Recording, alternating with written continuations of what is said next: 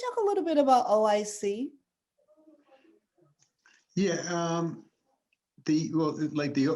certainly when it started up on Stanwood Street, and then it certainly moved down to the big building down here on the south side. But what Mike Van Leesen and others did, I mean, for job training and getting people. I mean, even the Allen Berry Health Center that we see now, that was done by an old friend of mine, Allen Berry. He got his training as a carpenter from the OIC program, and the first health center that we had in the shopping center, he framed it. He did the framing and he did a lot of the carpentry work volunteer for that first health center, and they named it in his honor, the Allen Berry Health Center.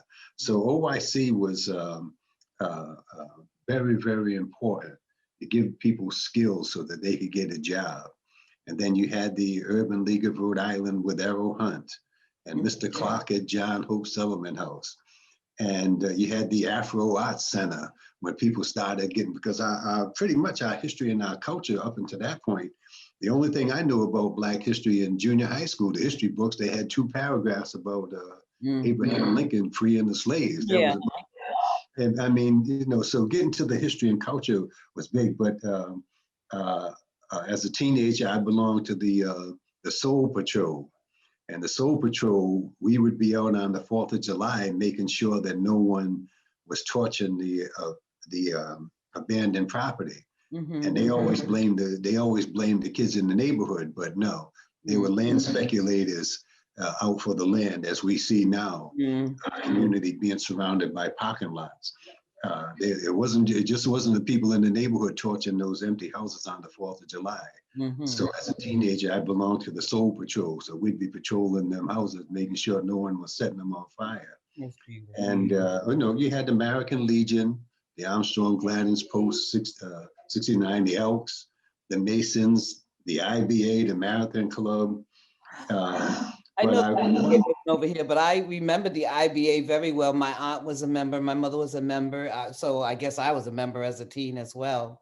But yeah, we used to go to jam sessions there, and I remember them when they were on North Main, and then when they moved down in the area by East Side Market. Yeah. And the one that I want to bring up that means a lot to me was the fact-finding committee, and that was Chester Buddy George. Oh, that was the fact-finding committee. And in those days, you had the White Johns patrolling the neighborhood looking for prostitutes, and so that Portland and Pine.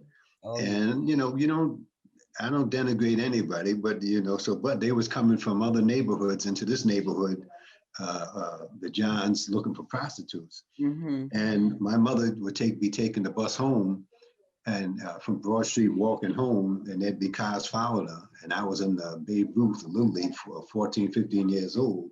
I'd have to come outside with my bat, because not everybody in the neighborhood is a prostitute. You have working people taking the bus trying to get home and being harassed.